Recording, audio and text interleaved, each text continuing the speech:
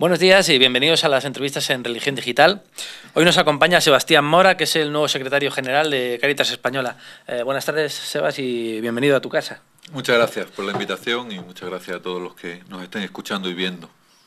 Muy bien, llevas poco en el cargo, pero mucho tiempo en Cáritas. Creo que además es una opción vital desde hace años. ¿Por qué Cáritas y qué es Cáritas para Sebastián Mora? Bueno, pues para mí Cáritas fue una opción de hace mucho tiempo, como tú dices, pues desde que tenía 23 añitos y tengo 43, pues 20 años. Media vida. Media vida, que además es la media vida que llevo en Madrid, porque como se notará por mi acento soy del sur. Y fue una opción desde mi ser creyente. Es decir, yo en mi vida tengo como dos convicciones muy fuertes o dos opciones muy densas, que son el creer en Jesús de Nazaret y el creer con toda mi fuerza y con toda mi pasión que Dios se manifiesta especialmente en los más pobres. Y fue una decisión pues que juntando esas dos opciones, pues claramente en aquel momento pues empecé a trabajar con Cáritas Madrid en el programa de SIDA. Estamos hablando de unos años donde el SIDA era muy duro, sí. Cuando no se conocía prácticamente nada. Mucho miedo. Yo recuerdo la primera casa de acogida era la saliva, los mosquitos, transmiten el SIDA, no transmiten. Es decir, que eran unos años muy fuertes y fue un momento de mi vida que me formó mucho como persona y como cristiano, rodeado de gente muy maja, gente muy entregada y que todavía conservo en el corazón y en mi forma de ser, ¿no? Por lo tanto, yo siempre digo que para mí Cáritas ha sido una opción, una escuela, una familia y en definitiva una cotidianidad en mi vida y en mis opciones. ¿Cómo casa una institución como Cáritas, que tiene, desde su perspectiva cristiana, pero que tiene una imagen social muy amable, con la mala imagen que tiene de cara a la opinión pública la jerarquía? Desde Cáritas y desde otras instituciones, Manos Unidas y otras instituciones católicas, hablan de que no se puede separar una condición de la otra, pero sin embargo la sociedad sí que establece esas diferencias. ¿A qué crees que se debe? Y ¿es un debate con alguna solución posible o hay que convivir con ello? Vamos a ver, yo lo primero que diría, y me parece importante resaltarlo, que yo creo que un debate que hace o una distinción, una división que hace la sociedad, y que una vez hecha por la sociedad, bueno, pues podemos alimentarlo más o menos, ¿no? Nosotros no nos cansamos, y además lo digo sin ningún, bueno, pues lo que le toca decir al secretario general, ¿no? Pero lo digo con la plena convicción que somos la misma Iglesia, porque Cáritas no es una organización de la Iglesia, Cáritas es la Iglesia.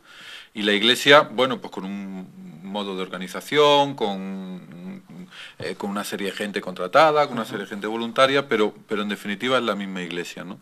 Y entonces, pues, si hay que convivir con ellos, no, pues, hombre, yo entiendo que vamos a convivir un tiempo con ellos, ¿no? Y que desde Cáritas nuestra opción es mostrar día a día, tanto en la acción como en las palabras, que es la misma Iglesia, que somos los mismos trabajando por un futuro para todas las personas lo más incluyente posible, y que bueno, pues después también hay personas más amables en el trato, personas menos amables en cómo hablan, personas menos amables en lo que dicen, un poco de todo, ¿no? Pero sí que a mí siempre me ha llamado la atención, no sé, muchas veces, por ejemplo, se habla, la Iglesia solo está en contra del gobierno en ciertas leyes. Desde Cáritas este año te puedo poner 3 ejemplos concretos con la LOEX, te puedo poner un ejemplo concreto con la crisis y podemos poner ejemplo concreto con la estrategia 2020, que el otro día en rueda de prensa hemos tenido una confrontación muy grande con el gobierno. Y los obispos también, es decir, las declaraciones de la Pastoral de Migraciones sobre la LOEX han sido durísimas, muy claras y muy lamentablemente duras. Con poco y eco después la sociedad mediático. Ha tenido muy poco eco y es que somos la misma Iglesia, ¿no? Otro ejemplo, la declaración de los obispos sobre la crisis es una declaración que a mí me parece muy clara y muy rotunda también, ¿no? Hay una frase muy rotunda que con la nueva ley orgánica de extranjería se conculcan los derechos fundamentales de las personas inmigrantes. No ha tenido ningún eco. Entonces, pues siempre esa doble dirección entre la Iglesia dice bastante más cosas de lo que la sociedad dice que dice, solo que la sociedad amplifica solo una serie de cosas. Sí, tal vez ¿no? porque probablemente también desde algunos sectores mediáticos y también de la jerarquía pues se da más relevancia a otros debates. Sin duda, sin Como duda. el del Es decir, aborto, como el de cualquier otro de los que también, sí. también están en la calle. Pero supongo que clichés... No sé si estáis hartos de determinados clichés como lo de brazo social de la Iglesia o la cara amable de... o... Sí, porque además los clichés son mentiras. O sea, por opción un Por poco definición, sociológica, sí. ¿no? Por definición los clichés son mentiras. Es verdad que puede haber una densidad mayor, una densidad menor, ¿no? Y no cabe duda, pues que nosotros en el ámbito de lo social estamos muy metidos, ¿no? Pero no dejan de ser clichés. Una pregunta que a mí me han hecho varias veces estos días, a veces con el micrófono y otras veces por detrás, de decir, bueno, ¿y tú qué eres? ¿Progresista o conservador? Y digo, espero ser lo suficientemente conservador para que los progresistas no estén de acuerdo conmigo y lo suficientemente progresista para que los conservadores no estén de acuerdo conmigo. ¿Hay ese margen de maniobra? Porque esa pregunta me la has quitado de Claro, hay la una punta de forma la de lengua. decir, es que yo ni soy progresista ni conservador, es que creo que son dos clichés que son mentiras, ¿no? Otra pregunta, ¿y tú eres un hombre de espiritual o un hombre de acción? Pues yo me describiría como un místico en la acción. Y además por convicción, ¿eh? No es por fastidiarte la pregunta, ¿no? Es que pues soy un hombre lo suficientemente eclesial, lo suficientemente medido, prudente, como para que algunos digan, "Bah, este es conservador", y seguramente lo suficientemente osado para que algunos conservadores dicen, porque mi única ideología pretende y quiere ser el Evangelio. Por lo tanto, seguramente nunca me acomodaré del todo, ni con unas líneas si existen, ni con otras líneas si existen, ¿no? Sí, la Biblia lo suficientemente amplia como hasta para que la cite Zapatero en un momento dado. Evidentemente, ¿no? Y Como duda, el es del decir, aborto, como el de cualquier otro de los que sí. también están en la calle. Pero supongo que clichés... No sé si estáis hartos de determinados clichés como lo de brazo social de la Iglesia o la cara amable de... o... Sí, porque además los clichés son mentiras. O sea, por opción un por poco definición, sociológica, sí. ¿no? Por definición los clichés son mentiras. Es verdad que puede haber una densidad mayor, una densidad menor, ¿no? Y no cabe duda, pues que nosotros en el ámbito de lo social estamos muy metidos, ¿no? Pero no dejan de ser clichés. Una pregunta que a mí me han hecho varias veces estos días, a veces con el micrófono y otras veces por detrás, de decir, bueno, ¿y tú qué eres? ¿Progresista o conservador? Y digo, espero ser lo suficientemente conservador para que los progresistas no estén de acuerdo conmigo y lo suficientemente progresista para que los conservadores no estén de acuerdo conmigo. ¿Hay ese margen de maniobra? Porque esa pregunta me la has Que, quitado claro, de hay la una punta de la forma de lengua. decir, es que yo ni soy progresista ni conservador, es que creo que son dos clichés que son mentiras, ¿no? Otra pregunta, ¿y tú eres un hombre de espiritual o un hombre de acción? Pues yo me describiría como un místico en la acción. Y además por convicción, ¿eh? No es por fastidiarte la pregunta, ¿no? Es que pues soy un hombre lo suficientemente eclesial, lo suficientemente medido, prudente, como para que algunos digan, "Bah, este es conservador", y seguramente lo suficientemente osado para que algunos conservadores dicen, porque mi única ideología pretende y quiere ser el Evangelio.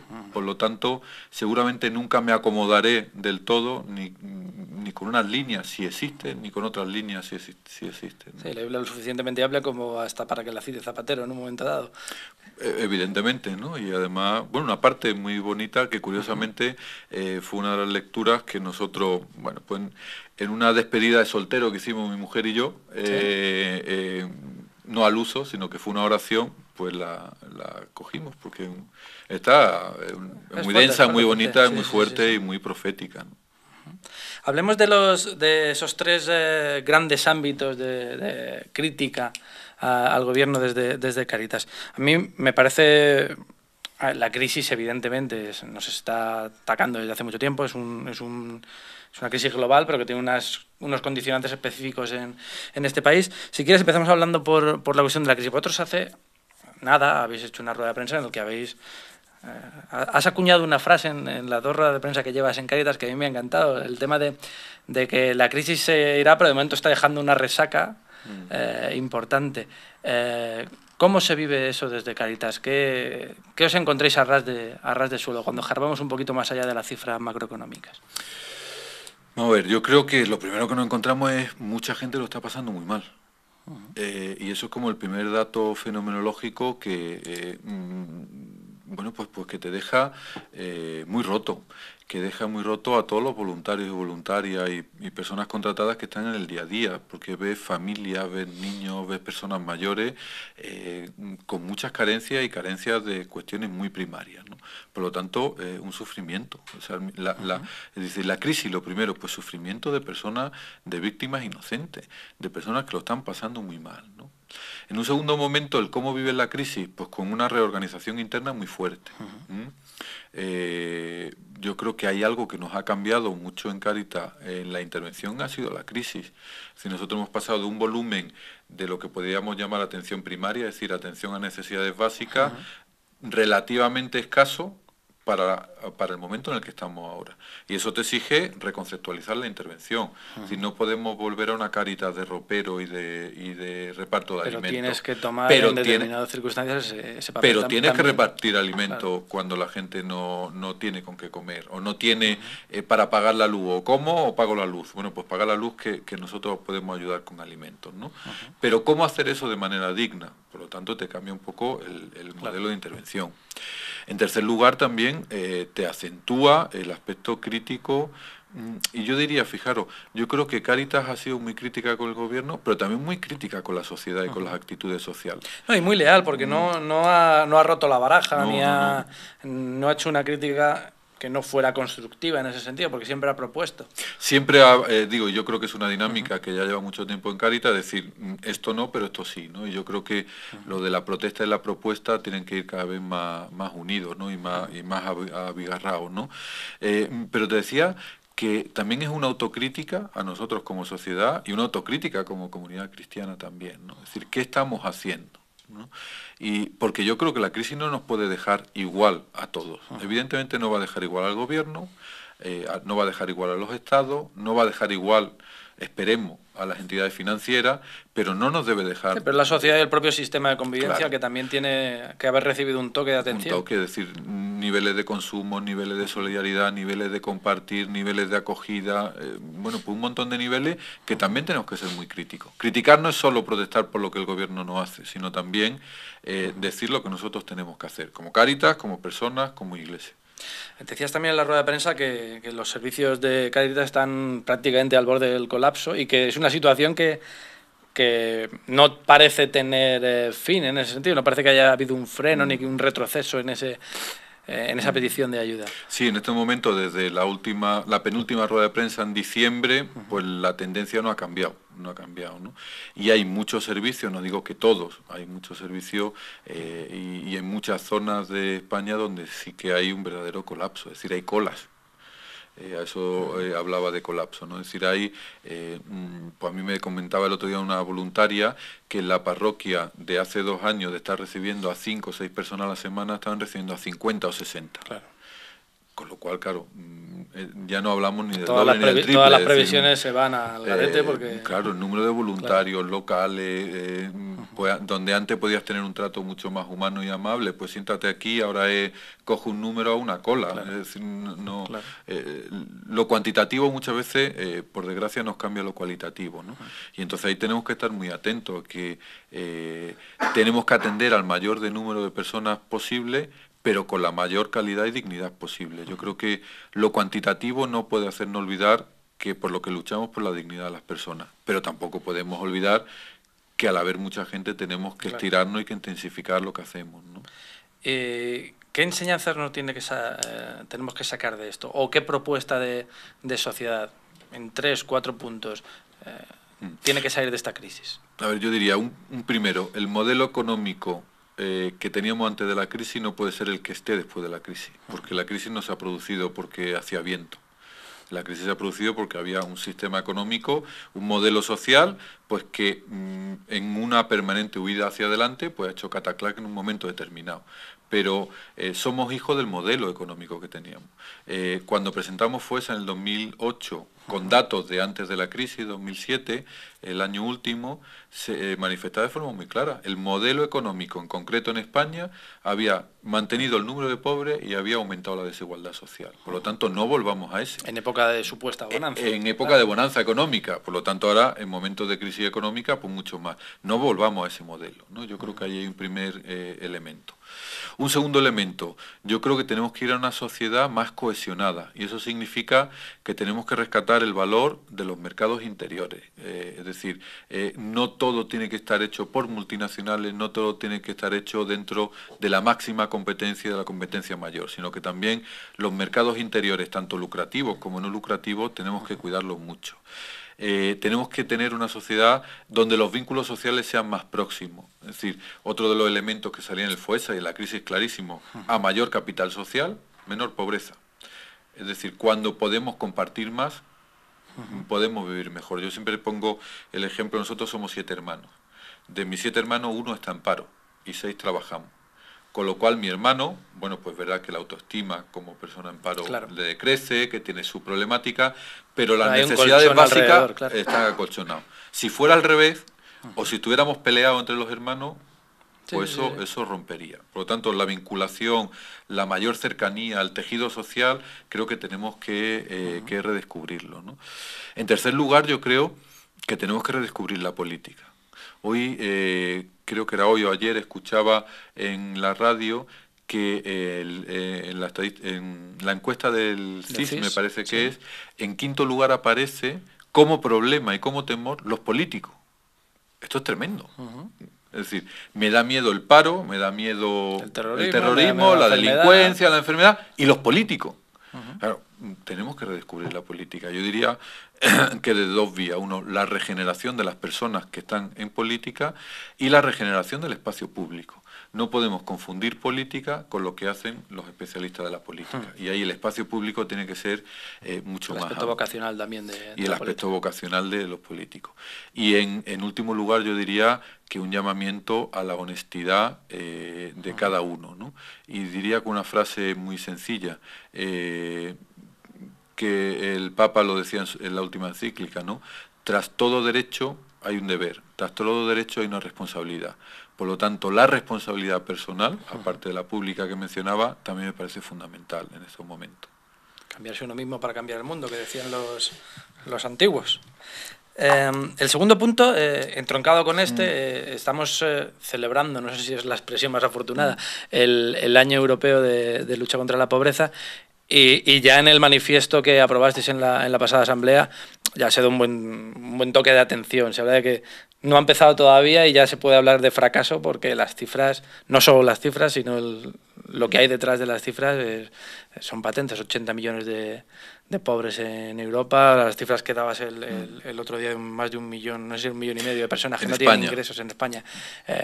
Ninguno, y una situación de que la pobreza solo se entiende como una situación económica y no se tiene en cuenta un poquito lo que hablabas antes, esos otros condicionantes. ¿Sentís que se os va a poder escuchar o cómo os planteáis este año? Sí, ahí hay como 3 elementos. El primero es, el año 2010 fue un año que la misma Unión Europea se puso para medir los avances. Claro, ha llegado el 2010 y yo por eso decía con fracaso. Claro. Los avances han sido más bien retrocesos, ¿no? Es verdad que la crisis ha afectado mucho, pero incluso antes de la crisis los avances estaban siendo pocos. En segundo lugar, la repercusión, pues ya ha habido 2 eventos de lo que llaman los políticos europeos de alto nivel, que eso significa que van ministros y comisarios, donde hemos estado presentes y ya se ha mencionado que va a aparecer la cohesión social, al menos se ha dicho, todavía no lo hemos visto, pero que va a aparecer la cohesión social y la inclusión social como elementos centrales en la estrategia 2020. Con lo cual, bueno, pues si esta entrevista me la hace hace un mes, sería bastante más pesimista de lo que soy ahora. El problema que falta es que en Europa estamos muy acostumbrados a las grandes declaraciones. Hemos vivido siempre de grandes declaraciones. Sí, la cuestión es cómo medir esas grandes declaraciones, ¿no? Y el paso que nos queda es, no sé si vamos a ser escuchados en meter indicadores claros que haya que conseguir, tanto a nivel europeo, como a nivel de... Están en los grupos de debate y decisión final para tomar, Claro. de cara a tomar medidas y Cara a aplicarlas. tomar medidas, evaluar las medidas Claro. que se han tomado, ver si llegamos a esos números. Y otro aspecto que nos parece muy importante, yo creo que según el ministro de Exteriores español, como ministro de la Presidencia, decía que van a tener muy claro el meter los objetivos de desarrollo del milenio dentro de la Estrategia 2020, que si es verdad nos parece un logro muy importante, el que Europa esté en primera línea trabajando por los objetivos del desarrollo. Aunque no sea 2015, que sea 2020 mientras Que sea sea 2020. mientras sea sería una buena Sí, noticia. sí. La tercera pata del banco es la ley de extranjería, la reforma de la ley de extranjería, que probablemente desde un punto de vista más humano toca muchísimo el corazón, porque por lo que se ha ido sabiendo de la ley, y en este sentido tanto vosotros como la Red Acoge, como CEAR, habéis sido muy críticos, se plantea una situación en la que ya no sirve el inmigrante como servía antes, en la que se amplía la estancia en los CIES, en los que se impide en la práctica la reagrupación familiar y donde no se observa, o parece que las grandes líneas no observan al inmigrante no ya como un ciudadano, sino como una persona con derechos en una sociedad occidental y democrática como la que vivimos. Sí, yo creo que uno de los temas que en el último año ha sido un tema de incidencia pública muy claro en Cáritas y un tema que rompe mucho, ¿no? Y rompe mucho. A mí siempre me viene a la memoria una frase que dicen que dijo, porque yo nunca se la he escuchado, un ministro suizo cuando iban los españoles por allí, ¿no? En los años 60, hacia finales de los 50-60. Decía, nosotros pedimos mano de obra y nos mandaron personas. Pues yo creo que ese es el trato que estamos haciendo con los inmigrantes aquí, ¿no? En el momento que ya no sirven como manos de obra, le estamos diciendo que se vayan. Y con diferencia de 6 meses, estábamos pidiendo que viniesen inmigrantes. Yo recuerdo en una comunidad autónoma que se decía, necesitamos al menos 10.000 inmigrantes para mantener el nivel de producción que tenemos. En cuestión de 3 meses se estaban pagando retornos de inmigrantes.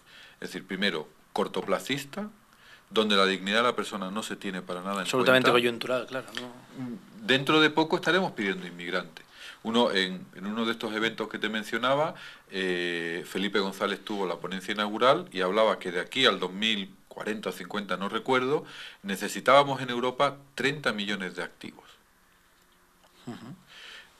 Evidentemente no necesitamos 30 millones de inmigrantes. Sí, pero teniendo en cuenta los índices de natalidad. Pero teniendo en cuenta los índices de natalidad, necesitamos muchas personas que vengan de países de fuera. Y sin embargo aquí coyunturalmente los estamos echando fuera.